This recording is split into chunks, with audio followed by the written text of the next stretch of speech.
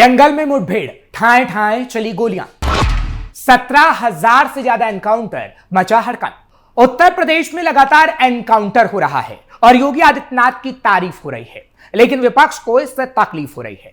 आज आपको आंकड़ा बताएंगे जो हैरान करने वाला है। साथ ही साथ आज कहां पर एनकाउंटर हुआ जिसको लेकर हंगामा भी मचा और हड़कंप भी, उसकी एक एक तस्वीर आपको दिखाएंगे। नमस्कार, कैपिटल टीवी देख रहे हैं आप, मैं हूं आपके साथ हर्ष भारद्वाज। बात पते की करते हैं और शुरुआत करते हैं इस स्पेशल प्रोग्राम की।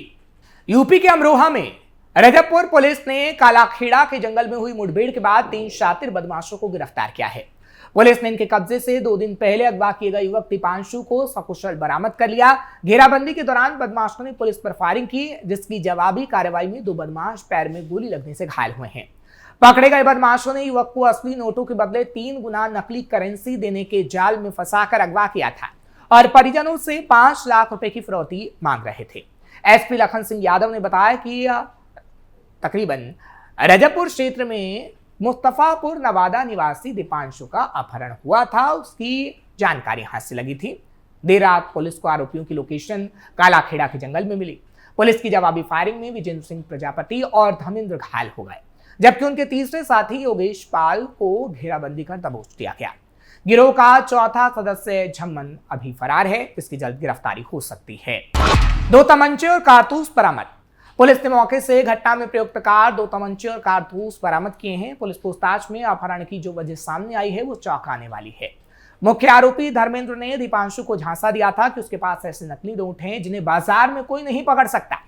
यकीन दिलाने के लिए उसने दीपांशु को 500 के 3 असली नोट दिए और उन्हें नकली बताया।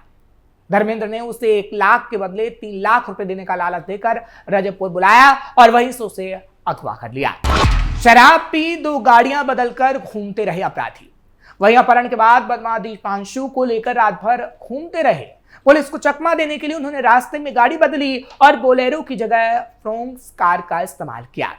आरोपियों के पास नकदी खत्म हुई तो उन्होंने दीपांशु के गाजियाबाद निवासी दोस्त को डरा धमकाकर 5,000 रुपए ऑनलाइन ट्रांसफर करवाए।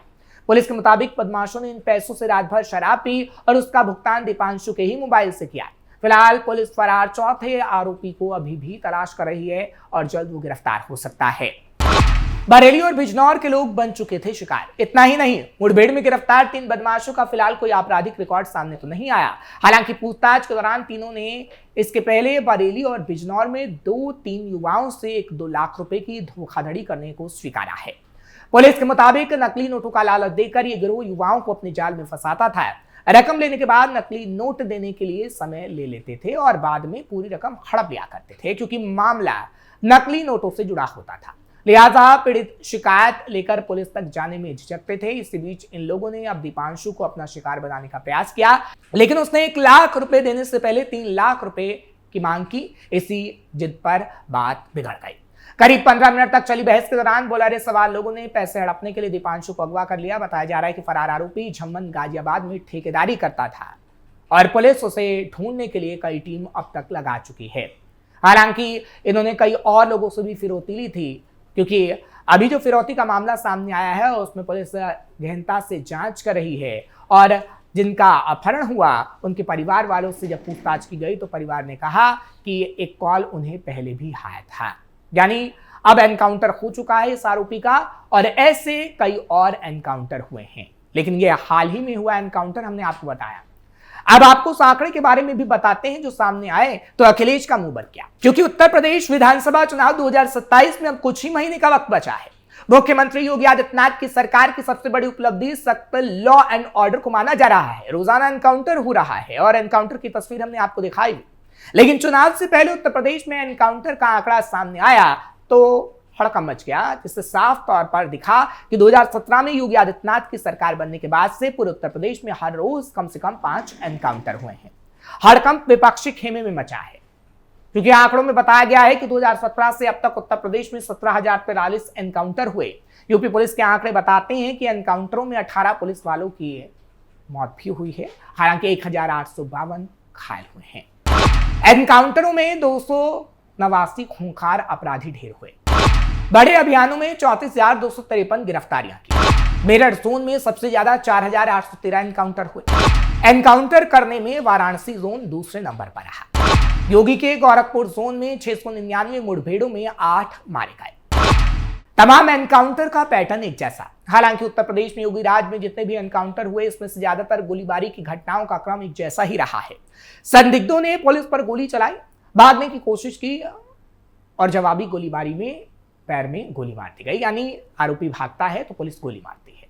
हालांकि इलाहाबाद हाईकोर्ट ने कहा था कि उत्तर प्रदेश में ऐसी मुठभेड़ें आम बात हो गई हैं। वरिष्ठ अधिकारियों को खुश करने या आरोपियों को सबक सिखाने के लिए अंजाम ये दिए जा रहे हैं। पैर में गोली लगने के बाद अरेस्ट किए गए लोगों को लेकर हाईकोर्ट में जब ये मसला उठा था तो ये बात दरअसल कही गई थी। दरअसल जस्टिस अरुण कुमार सिंह देशवाल की बेंच ने इस मामले में कहा था कि कोर्ट के सामने अक्सर ऐसे मामले सामने आते हैं जहां चोरी जैसे छोटे मोटे अपराधों में भी पुलिस गोलीबारी का सहारा लेती है। हालांकि उसके बाद प्रशासन की तरफ से इस पर बयान भी दिया गया और कहा गया कि सिर्फ अपराधियों का एनकाउंटर होता है और अपराधियों में खौफ भी पैदा होता है। एनकाउंटर के राजनीतिक मायने क्या? दरअसल साल 2017 में उत्तर प्रदेश में मुख्यमंत्री का पद संभालने के बाद से ही योगी आदित्यनाथ अपराधियों के प्रति सख्त रवैया अपनाए हुए हैं। वो खुले मन से लगातार कहते देखे जाते हैं कि उनके राज में अपराधी या तो शांत हो गए या अंजाम भुगतने को हमेशा तैयार रहते हैं। उनका मैसेज साफ होता है कि अपराधियों का साथ कोई मुरव्वत नहीं बरता जाएगा, यानी उनके साथ कोई ढिलाई नहीं बरती जाएगी। विकास दुबे जैसे खूंखार अपराधी के एनकाउंटर के वक्त भी सीएम योगी ने स्पष्ट शब्दों में कहा था कि अगर कोई पुलिस प्रशासन को चुनौती देने की कोशिश करेगा तो उसका अंजाम बुरा होगा। उन्होंने अपराधियों का मनोबल तोड़ने के लिए उनके घरों पर बुलडोजर तक की कार्रवाई की है। लॉ एंड ऑर्डर के मुद्दे पर योगी आदित्यनाथ के इसी स्पष्ट स्टैंड का असर 2022 के उत्तर प्रदेश विधानसभा चुनाव में भी दिख चुका है। मुख्य विपक्षी समाजवादी पार्टी ने जातीय गोलबंदी का जमकर प्रयास किया, लेकिन वो चुनाव में कुछ खास नहीं कर सके। वहीं योगी आदित्यनाथ की अगुवाई में लगातार दूसरी बार बीजेपी की सरकार बनी। इस जीत के साथ ही देश भर में ब्रांड योगी जैसे शब्द प्रचलित हो गए। आज आलम यह है कि देश के जिस भी बड़े राज्य में बीजेपी की सरकार बनती है तो एनकाउंटर और बुलडोजर की कार्रवाई जैसे प्रयोग होते हुए दिखते हैं। इससे विपक्ष को नुकसान होता है, सरकार को फायदा, और इसलिए तस्वीर नजर आती है। एनकाउंटर का विरोध कर सवालों के घेरे में विपक्ष। वहीं योगी राज में एनकाउंटर और बुलडोजर कार्रवाई पर समाजवादी पार्टी के अध्यक्ष अखिलेश यादव लगातार सवाल उठाते रहते हैं। वो तमाम कार्रवाई को लेकर सोशल मीडिया से लेकर अपने बयानों में योगी राज को गुंडा राज बताते हैं। लेकिन उत्तर प्रदेश की पिछले 9.5 साल की राजनीति को देखें तो अखिलेश यादव का ये दांव उल्टा ही पड़ता दिखता है। सीएम योगी आदित्यनाथ लगातार आरोप लगाते हैं कि अखिलेश यादव की पूर्व की सरकारों में अपराधियों और माफियाओं की खुली छूट मिला करती थी। बहन बेटियां खुद को असुरक्षित फील करती थी। वहीं कारोबारियों के मन में हमेशा उगाही का खौफ होता था। पूरे प्रदेश में यूपी पुलिस का इकबाल खत्म हो गया था। योगी दावा करते हैं कि उनकी सरकार की तरफ से हुई कार्रवाइयों के बाद हालात सुधरे हैं। ऐसे में राजनीतिक रूप से देखें तो एनकाउंटर और बुलडोजर कार्रवाई पर सवाल उठाकर अखिलेश यादव खुद ही सवालों में फंसते नजर आते हैं। उत्तर प्रदेश की जनता अखिलेश को शक की निगाहों से देखती है।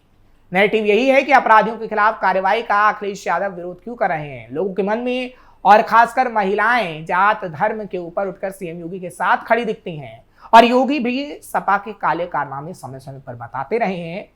आपको सुनवाते हैं योगी ने किस तरीके से अपराध के मुद्दे पर समाजवादी पार्टी को घेरा और लताड़ लगाई। पहले 8 वर्ष पहले उत्तर प्रदेश में क्या स्थिति थी?